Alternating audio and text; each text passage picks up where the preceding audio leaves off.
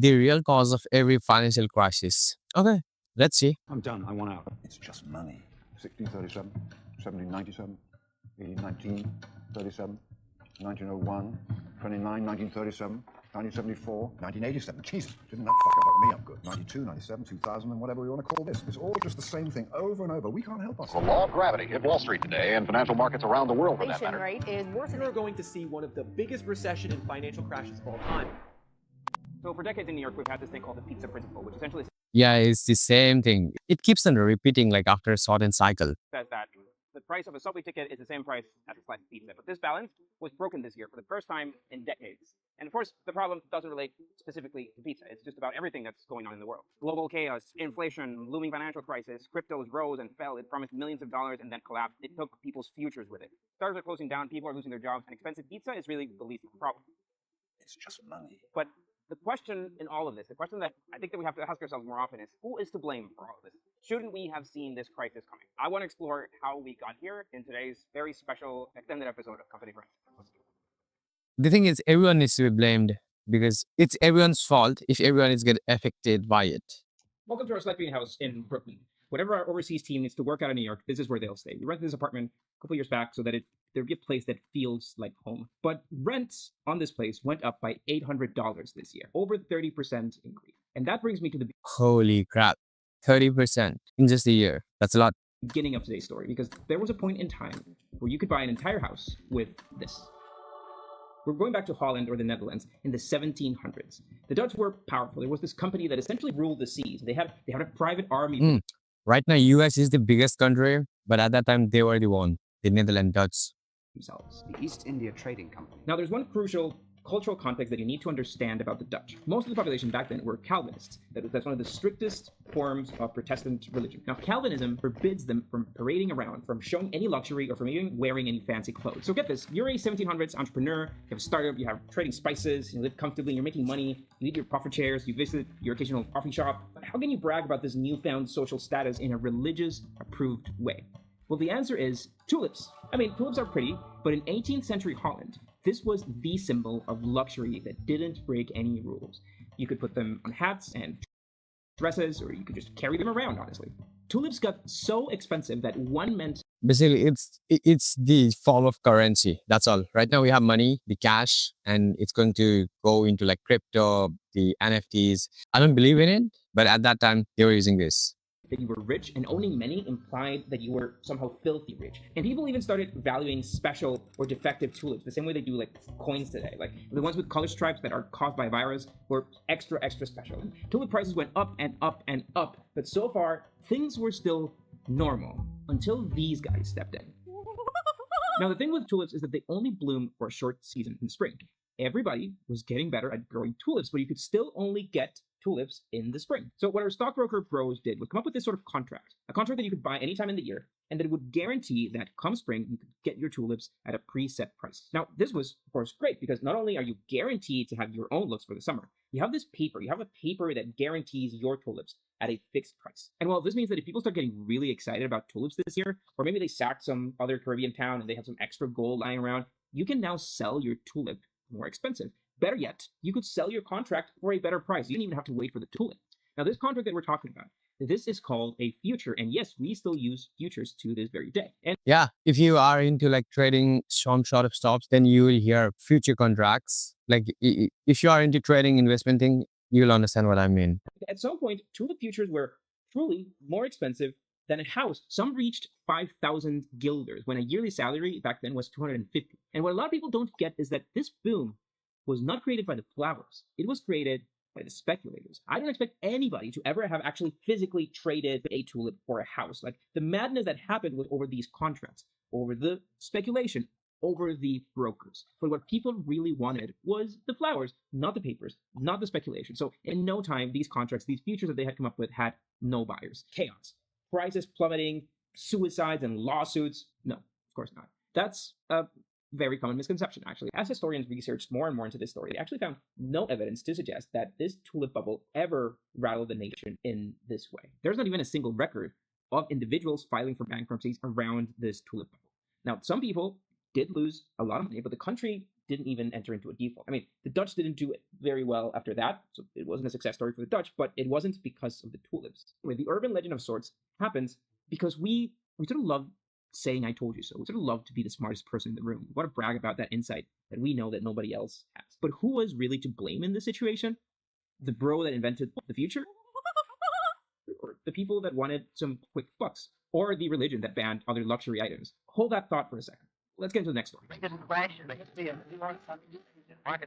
The 1920s were crazy times in the States. I want to paint this picture to you. So the Oh my goodness, 1920 was such a worst year. That decade, it was such a crisis for normal people at that time. Like, it was very hard to survive at. Great War is over. The US has come out victorious, and post-war economic booms are not rare. If you're a farmer, you're suddenly maximizing productions to feed all these soldiers that just came back home. Henry Ford had just mechanized the Model T, and people wanted their cars and their houses and the latest technology, whatever that was. That means that demand for wood and rubber and steel was growing. It's estimated that the US economy doubled in size from 1920 to 1929. And that's all great, but there's a very big catch. Fast growth usually means having to borrow money. Now, borrowing money is not necessarily bad. Farmers, for example, took out mortgages so that they could pay for more equipment.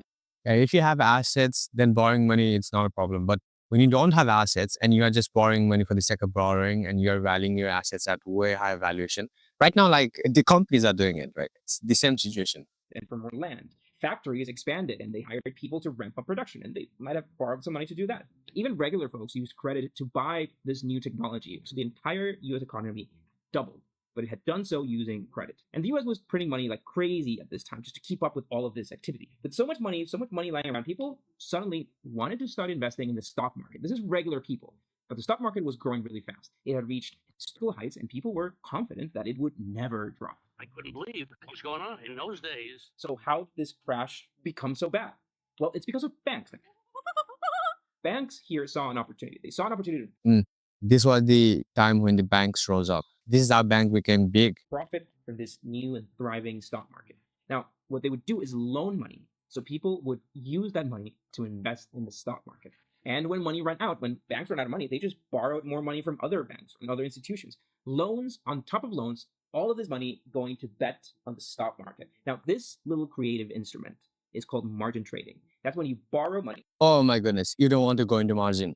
It's like you have $1, then you borrow 10 times more of it. It's like you can use $10 worth of stock to do the trading. That's not good at all. You only have $1 and you are trading the stock or whatever, the product worth $10. That's bad. That's bad. You borrow money to gamble, to invest in something. Let me just give you an example. Let's say that you want to buy some Tesla stock because you're sure that this stock is going to go to the moon. Now, you've got $10,000 that you'd like to invest in Tesla shares. And for example, at the end of 2021, that would have been about 9 Tesla shares at $1,100 each. Now, that's very cool and all, but that's not too many shares. I mean, it's just 9. If your shares gain, say, $100 per share, you've made $900, 10%. That's cool, but the guy next door, he's making a lot more money than you. You want more money because you're sure that Tesla stock is going to go up. So these stockbrokers can help you fund this bet with margin trading. And all you need is 10% collateral. So if you show that you have $10,000 in your trading account, what they'll do is they'll lend you the other $90,000. And That's what I was saying. Like, they'll give you $100,000 to trade. But that's where the problem is. that way you can invest a total of $100,000 in Tesla stocks. Mind you, it's not that you're going to invest $10,000 of Tesla stocks. You will own the full $100,000 of Tesla stock thanks to this little loan. Now you have 90 Tesla shares, and then you can go and brag to your friends who are also trading. Now, this is called a leveraged trade or a leveraged position. Now, fast forward a few months, and then Tesla stock drops, as it actually did. And now each share is worth $639. Now your 90 shares are now worth $57,000. You've lost $43,000. But remember, you only had $10,000 to begin with. You actually now owe your broker bros $33,000, and they don't really care about this stock price anymore. They care about this loan that they gave you that you agreed to take, and you bet in the wrong company. This is called a margin call. And it's going to be really, really important in just a second. Leveraged or margin trading is very dangerous. Today, it's accessible to everybody, truly, with just a click. I believe Robinhood allows that. Even back in 2009, it was pretty easy to do margin trading, and nobody likes to think about these bad scenarios. Everybody just wants more. And then these guys know it. From 22 to 29, the Dow Jones increased by 220%, and at its peak, it reached 381 points in September of that year. People would invest in companies, and more people decided to bet on. By the way, if you don't know what Dow Jones is, It's the group of companies, like it's the stock. Basically, think about like the stock market, but for the industrial companies. That's all it is. Right now, we have NASDAQ. That's for the technological companies like Tesla, Google, Facebook. These are in the technological space, so they are counted in the NASDAQ. But think about the world industrial companies. That falls into the Dow Jones. That's all it is. Companies with money that, of course, they didn't have. And then some would say that it's almost obvious that this makes no sense.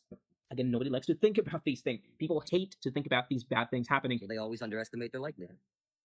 But at some point, somebody realizes that the price of the stock versus what this represents, piece of a company, the price of that stock doesn't really make sense because if you look at the actual company, well, the company's not that big. I mean, it needs to be twice as big to justify the value of the stock today. Nobody likes to think about these scenarios, but sometimes they just hit you in the face. People panic, people sell in mass. So company values began tanking. The stock market started freaking out, and the world was moments away from chaos. But that's not all. There's another element to this perfect storm. Now, I don't want to dig too deep into this whole interest rate part, but you need to understand some basics. The Fed, which is in the US, the central bank, defines the base interest rate from which all banks and lenders operate. So the 1920s Fed was not at all happy with all this margin investment and all this spending. It might lead to inflation. So in order to control the spending, what they can do is spike interest rates. That immediately means that borrowing money is going to be more expensive. It might also mean that the loan that you already took now pays a little bit more interest. Now, it also means that if you put your money in the bank, maybe they'll pay you more interest just for having the money sitting there on your account. So people are now encouraged to just go with the safe bank account or a certificate of deposit rather than just betting money on the stock market. So other countries also raised their rates to just keep up with the US. And overall, people borrowed less and spent less. All of these companies ramping production to keep up with all of this demand. Now they have things that they can't sell anymore. And lo and behold, the perfect storm. Companies started firing people and cutting wages to keep up with all these losses, things that they can't sell. So people didn't have the money to pay all those debts that one person defaulted, and then another, and then another, and then another. So started this little chaos, this little... Yeah, that happens. That happens, and banks go bankrupt. Like SPV Bank that went bankrupt in 2020. I think Silicon Valley Bank. Same thing happens. House of cards. As soon as the bell rang on a new trading day, this collective panic sparked a sell-off. Crowds started gathering outside the stock market. They were watching as this value was plummeting. And in this very terrible week, this man jumped to his death. Someone fell out of a window. We're not really sure if it was because they were committing suicide because their shares were down. But the point is, one man died and everybody just decided to panic even more because people now are jumping up buildings because the stock market is crashing. The point is, brokers started doing margin calls. Remember those? They came back to fund people. And there was one very big problem. The problem was that these were regular people. These were average individuals, retail investors with no more money. The brokers demanded such large sums that it was just... That's what I'm saying. Average people don't pay attention to these things and they don't know what's going on. And once it starts to affect one person, then the brokers start to call everyone out and it starts to affect everyone, right? People need more money and they start to call bank and it's just the loop that keeps on happening. Then it creates the snowball effect. That's how the problem starts. Possible for people to pay. People tried desperately to sell what they had to pay off these margin calls, but you can't sell a car or a house. It's impossible to do that in a short term, especially if everything is crashing at the same time. So now it's October 29th. This is Black Tuesday. The stock market doors open with just one word, which is sell. But nobody was there to buy. Stocks were now worthless. People rioted inside the stock exchange and outside on the streets. Entire fortunes disappeared. The stock market dropped 23% in just 2 days, and there was nothing you could do to stop it. On Black Tuesday alone, the stock exchange lost $14 billion, which equates to $240 billion in today's money. That's in just 1 day. In total, this crash cost $600 billion in losses in today's money. Banks ran out of money. They ran out of money, so they started defaulting the banks, and they were unable to pay other banks that they had borrowed money from. That's how banks go bankrupt. And so money truly ran dry. People just couldn't even afford to eat. Farms all over the US saw their income drop by up to 50%. And again, there was nobody to buy those cars or those houses or anything. Entire factories closed down. The crash did not stop until 1932. And by then, 1 of every 4 Americans was out of a job. And banks didn't fare any better. Half of the US banks went bankrupt. Half. The US banking system had collapsed. So almost 100 years later, we know and understand the story. And of course, we can blame the brokers. Maybe we can also decide to blame the 10% of people that decided to gamble their money on stocks. But the whole point of this is, we know the story. We knew the story. It's 100 years old. And shouldn't we have learned from it? Aren't there some similarities with... No. Humans don't learn anything at all. We don't learn anything at all. What was going on in 2021 compared to what was going on in 1929? Shouldn't it have set up some alarms for us? So let me fast forward a bit. Almost 100. By the way, I forgot to mention, this video is like 3 years old. years. Not before I thank ChurnMogul for sponsoring today's video. Now, as you know, our business is not making YouTube videos. We don't really make a lot of money from YouTube. Our company is a fundraising operating system for founders. It's a software as a service. Yeah, they have a SaaS and they are just doing YouTube for the marketing thing. So let me just skip it. Let's move to the year 2001, almost 100 years. We're down by between 3 and 4.5% generally across these markets. Let's talk about the speed with which we are watching this market deteriorate. We're red everywhere, essentially, down by 4 or 5%. But we're not here in 2001 because of the dot-com bubble. We already covered that in actually one of our most watched videos in this channel. Please go watch it. It's a great video. Anyway, the world was recovering from the dot-com bubble, and people suddenly wanted to invest in something that wasn't as risky as these tech stocks, something that wasn't very nice. Lo and behold, this very stable, this very tangible asset that we have been sitting on, houses. But who has money to buy an entire house upfront to invest or speculate on a house? Of course not. You need to take out a mortgage. Now, how could I confuse margins with mortgages? Margin trading is very risky. No background checks. A 10x leverage on your money. It's nothing like a mortgage. I am truly half kidding on this one. You'll see why in a second. The point is, a mortgage does require a good credit record. And if you don't pay, well, the lender, there's something to respond to it. The lender can take possession of the house, which is a very real, very physical, tangible asset, and they can resell it to collect the money. So for those lending the money, this is kind of like a safe win-win. It's a safe bet. Who doesn't pay their mortgage? But now, if everybody's buying houses, then the lender needs liquidity. They need more cash to be able to lend more money to customers. So what they can do is they can package all of these mortgages into a pool. Let's say this is a pool of 1,000 mortgages. And this pool is called a mortgage-backed security. And you can take this pool of mortgages and you can go and sell it to investors, investment banks. The lender recoups the cash, and then the investors get an asset that pays them interest, and that is backed by houses, by physical houses and people's mortgages, which is beautiful, safe. Now, this idea was so popular that the investment banks that figured it out and started doing it became huge. And we could go really deep about this, and we've actually done it once again using monopolies, which is a much better explainer. But what you need to understand today, is that these investors could trade these securities, these mortgage-backed securities, like stock. They could sell the right for these interests to other investors, and with the extra money, they would have cash to buy more securities, which of course motivated lenders to create more mortgages. The problem was that at some point there just weren't enough mortgages because everybody wanted to lend more money and speculate with these things, but there was not enough average people to get a mortgage to buy a house. That's what I'm saying. It's just the supply and demand. They already had one. So requirements to get more mortgages got loose, like really loose. And other people wanted it on the action. For example, insurance companies, they began insuring the mortgages, meaning that the insurance would have to pay if people didn't pay their mortgages. But who doesn't pay their mortgage? So this drug spread throughout the US, and people were loving real estate, from the real estate agent to the realtor to the lender to the bank to the insurance company and everybody else that gets involved in selling a house. Anyway, this bet that the market would crash would never happen because everything was going great. Nobody was ever not going to pay their mortgage. So you just could keep on betting in this thing. And then others could invest on those bets. Others could profit as long as people paid their mortgages. You could bet things on things as long as the underlying thing, which is the mortgage, is safe. But it was, right? So with so much cash available to buy real estate, housing prices started to spike up, just like stocks started spiking up when a lot of people want to buy them. So now you can even refinance this house because it was worth a lot more. Maybe you could get another mortgage to buy another house, a second vacation. The real estate market in the States went from $1 trillion in 2000 to $50 trillion by Do you see that? It's 50 times more. Count that. mid-2008. This is a cycle of bets, on margins, on a way that... And the thing is, like, they're just using houses as the assets to get mortgages, and average people are doing it. That's why it affects everyone, because average people are the economy, because consumers are the economy. Truly, the world had not seen before. And they were gambling on people's dreams, on a very real, tangible dream of owning a house, on the assumption that people would always pay. And that might have been everybody's intention, but many of the loans that these homeowners were getting were a type of loan called a subprime loan. That's a loan that has a very low interest rate for a few years. And then after a certain point, that interest rate spikes up. Not everybody understands how this works. People didn't understand this. They just look at how much they have to pay for the first few years. They didn't care. They can always refinance the house, but the rates were really much. And he's absolutely right, because normal person is not going there, oh, I have to pay this for like 30 years. They're just living at the first year, second year, maybe even like 5 or 10 years. After that, no one is paying attention. High enough to make people...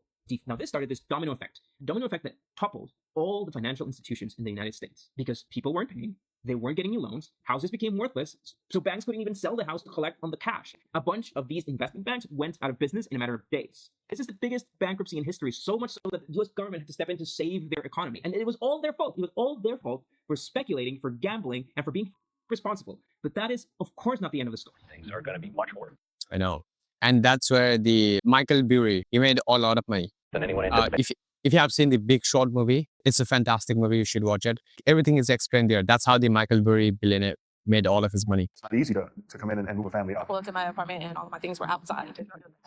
Just be fair. I don't know what to do. Nearly 250,000 homeowners are in danger of losing their homes. So whose fault was it? I honestly didn't really understand what had really happened in all of these crises until very recently. Dare I say, as we were making this video, but now that I do, I have to say, like, shouldn't we seen this coming? Like, if history does repeat itself, if we see these cycles of thriving economy followed by downturns and crashes, shouldn't we all have smelled that something No. Most people don't.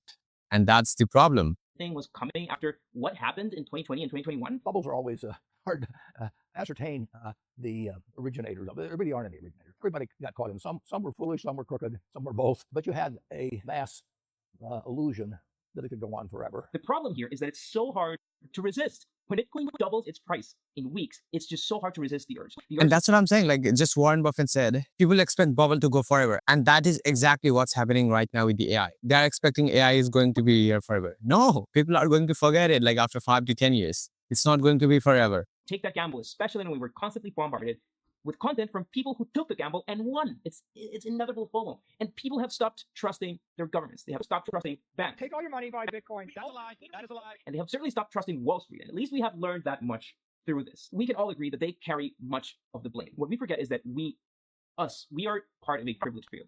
We are the few that can get a grip on futures and margin calls and leverage trading by watching some beautiful stop motion animations from some guy on YouTube. We are a select few that subscribe to this channel. But for so many people, what goes on in the twisted Subscribe to his channel. Do it. Also mine too. world of finance is just too far off. They're not even close to understanding it. They may still identify with a much simpler story, with the story of this broker from the Bronx that made it big and now does motivational speeches around the world on how to get rich like him. I want you to deal with the problems by becoming rich. And Jordan Belfort was one of those brokers in 80s and 90s. That probably means that they're more susceptible to falling for the pyramid scheme or for the get rich fast content that already plagues the internet. Or even worse, they wanted no part in this world of finance. They didn't want to bet their money. They still lost half of their pension because somebody invested it in Bernie Madoff's Ponzi scheme. It may just be money, but it is livelihood, it is education, it is your life savings, it is your retirement, it is your children's future. We are a privileged few who care to watch that, 30-minute documentary. If you don't understand any of this, then all I want you to understand is the basic supply and demand concept. If you have more supply and no demand, there's going to be a problem. There's going to be some sort of problems. And if you have more demand, no supply, there's also going to be a problem. So these two, supply and demand, needs to be balanced. And during the bubble, most of the time, these two play a huge role and these two go to the extremes. Like supply and demand go to the extremes. They are not at the balance section on the middle. And that's how these bubbles pop up. On this thing. Let's not waste that knowledge anymore. Who is to blame for all of this? If we keep letting this happen, if we keep fueling this just unfounded hypes, then the culprit may be staring right back at us. Thanks a lot for watching. Well, that is it. Awesome. That's all. That's all.